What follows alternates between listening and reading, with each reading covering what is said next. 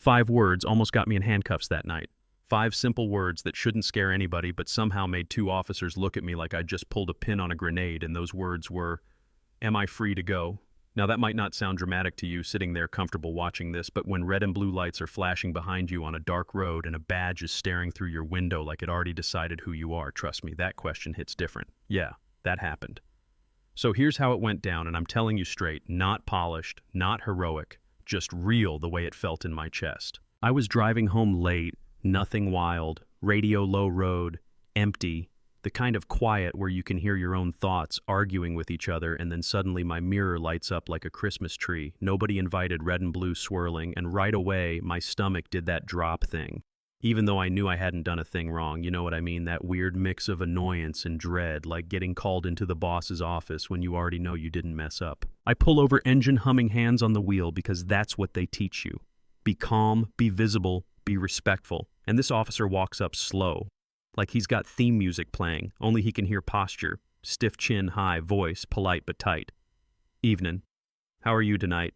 And I say, "Been better, not rude, just honest." And he goes, "Why's that?" And I say, "Because I got pulled over for no reason, and that's when I saw it." That little smile, that thin, tight smile people use when they think they're about to correct you, he says. "It's not no reason. I couldn't see your plate back there," and I glance behind me, then back at him, calm as I can. "You can see it now though, right?" He pauses, says, "Yeah." And I nod once, and ask it the first time, soft, steady. "So am I free to go?" And I swear to you, it was like someone flipped a switch behind his eyes. That friendly mask slid half an inch off, and he goes, "No, I need to see your license." And right there, something settled inside me. Not anger, not fear, just clarity, because I knew enough to know a stop needs a reason, and if that reason disappears, the stop is supposed to disappear too. That's how it works on paper anyway. So I stayed calm and said, "I don't consent to any searches or questioning. Am I free to go?" And he shifts his weight, says, "I just need to make sure you're good to drive." And I almost laughed, because a second ago the problem was my plate, and now suddenly it's my driving ability, like a magician changing tricks mid-show, hoping you don't notice. I say, "I'm good to drive, am I free to go?" And he just stares long enough for a car to pass and the wind to rustle his pant leg, and he asks where I'm headed, and I tell him respectfully that's none of his business, and again I ask, "Am I free to go?" And he says, "You are not free to go," voice firmer now, like he's trying to plant his boots in the ground. At that point my heart's beating faster, but my voice stays level. I ask what crime he suspects me of committing. He doesn't answer right away, just stands there like he's waiting for the question to disappear. Then repeats the plate thing, and I remind him he can see it now.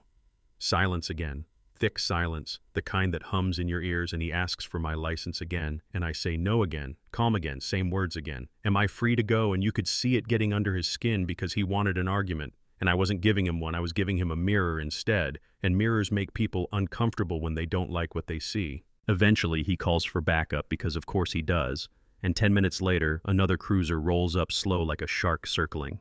Second officer steps out, sunglasses at night. Yeah, that kind of energy. He walks over and asks, "What's going on?" First officer says. He won't identify himself, like I'm refusing to state my name at the gates of heaven. Second officer looks at me and says, "Why are you making this difficult?" And I smile a little and say, "I'm not making anything difficult.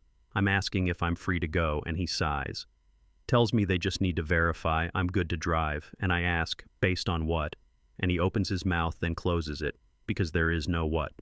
So he tries another angle, says they got a call about a vehicle like mine parked somewhere earlier. I blink and say, "Okay, is it illegal to park?" He admits, "No," and I nod and ask what law he thinks I broke. And right there I watch the shift, shoulders tightening, voices lowering, the script slipping out of their hands. The first officer crosses his arms and says, "If I'd just cooperate, this would be over already," and I lean forward a little and say, "If I'd broken a law, you'd already have a ticket written." And that was the twist moment, the moment the energy flipped, because now they weren't investigating me, they were trying to justify themselves, and that's a whole different position to stand in. The second officer scratches his chin and says, "They're just checking on me." And I say checking is a conversation, detaining requires a reason. So again, calm as breathing. Am I free to go? And man, that question hung there like thunder that never quite strikes. And finally the second officer mutters, "You can sit here if you want, we're done." Just like that. No citation, no warning, no nothing. They turn and walk back to their cars, and I'm sitting there with my hands still on the wheel, feeling my pulse in my fingertips, not scared, not triumphant, just relieved because I realized they didn't leave because they wanted to. They left because they had to. I exhaled slow, and the radio was still playing the same song, like time hadn't moved, road still empty, night still quiet. But I felt different, like I'd just seen backstage at a show most people think is real life, because I watched authority dissolve the second it ran out of reasons. And I'm not telling you this because I hate cops or think they're all bad. That's not true. I've met good ones, honest ones, people who actually care. But I've also met the other kind, the kind who push first and explain later, and if you don't know your rights, they'll write your story for you, whether you like it or not. What stuck with me wasn't the stop, it was how fragile it turned out to be once I stopped playing along, because most people comply automatically, not because they're guilty, but because they're nervous, because authority feels heavy, even when it's empty, you know what I mean? And that line between a request and an order is thinner than a thread, but it decides everything. Driving home, I kept replaying his face when I kept asking that question, the silence when he couldn't answer, the way backup showed up like reinforcements to a fight that didn't exist, and I wondered how many drivers before me just handed things over without thinking, got searched, got questioned, got delayed, all because nobody told them they could ask. Rights don't defend themselves, that's what hit me. They only show up when you do. And yeah, part of me laughed quietly because the whole scene was almost absurd. 2 armed officers, flashing lights, radios crackling, and the thing that ended it was a calm sentence, not shouting, not threats, just words. But another part of me didn't laugh at all because it bothered me that standing up for yourself can feel like rolling dice. Bothered me that confidence can look suspicious. Bothered me that knowing the rules sometimes makes people treat you like you're breaking them. That's the part that stayed with me long after their taillights disappeared. When I got home, my dog was waiting at the door, tail wagging like I'd returned from a battlefield instead of a roadside. And I scratched his ears, thinking how strange it is. Animals don't question your right to exist in a space. They don't demand explanations. They don't escalate just to feel in charge. They just see you and accept that you're there, simple as that. And honestly, I wish the world worked more like that sometimes. I still think about that night now and then because I know if I'd reacted differently, if I'd yelled or snapped or let frustration take the wheel, maybe it would have gone bad. Maybe calm was the only reason it stayed steady. And that's the truth. Nobody likes to say out loud, sometimes knowing your rights isn't enough. Sometimes you also have to know your tone. So I'm curious now, and I really mean this.